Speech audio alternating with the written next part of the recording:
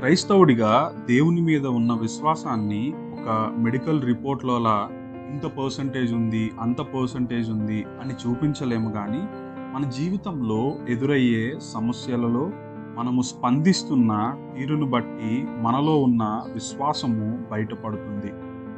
నాకు తెలిసిన ఒక వ్యక్తి ఈ లోకంలో దేవుని మీద మాత్రమే ఆధారపడి విశ్వాసముతో జీవించడం అంటే ఇది అని నాకు నేర్పించిన వ్యక్తిని గూర్చి కొన్ని విషయాలు మీతో చెప్పాలని ఆశపడుతున్నాను. ఒక సాధారణ క్రైస్తవ కుటుంబంలో జన్మించి యవ్వన కాలంలో రక్షింపబడి దేవుని పిలుపు మేరకు తన పరిచర్యను ప్రారంభించారు.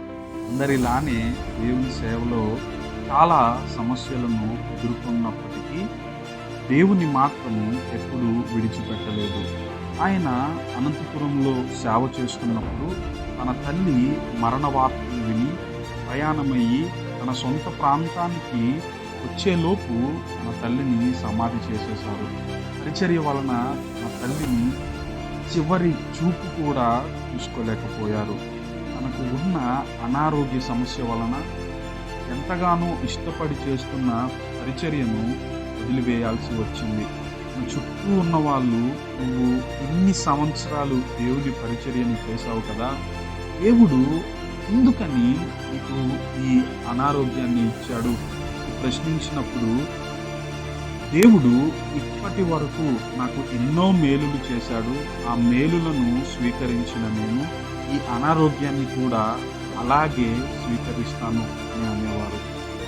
మరణానికి కొన్ని నెలల ముందు తనకు ఉన్న అనారోగ్యం ఎక్కువ అవ్వడంతో శరీరం అంతా కురుపులు వచ్చి విపరీతమైన మంట వచ్చేది. అలాగే ఒళ్ళంతా నీరు పట్టి బరువెక్కడం వలన నడవడానికి శక్తి లేక కింద పడిపోయేవారు.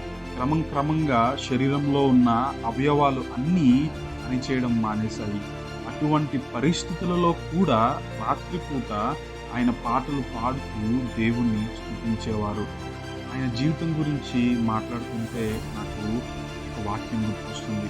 హెబ్రీయులకు రాసిన పత్రిక 11వ అధ్యాయము 6వ వచనము. విశ్వాసము లేకుండా దేవునికి ఇష్టడై ఉండుట అసాధ్యము. అన్నీ ఉన్నప్పుడు దేవుని స్తుతించడంలో, ఆరాధించడంలో, గణపరచడంలో గొప్పతనం ఏమీ లేదు. కానీ మనకి ఏమీ లేనప్పుడు దేవుని స్తుతించడంలో, ఆరాధించడంలో, గణపరచడంలో మన విశ్వాసము కనబడుతుంది. విశ్వాసం మన మాటల్లో కాదు, మన జీవితంలో కనిపించాలి.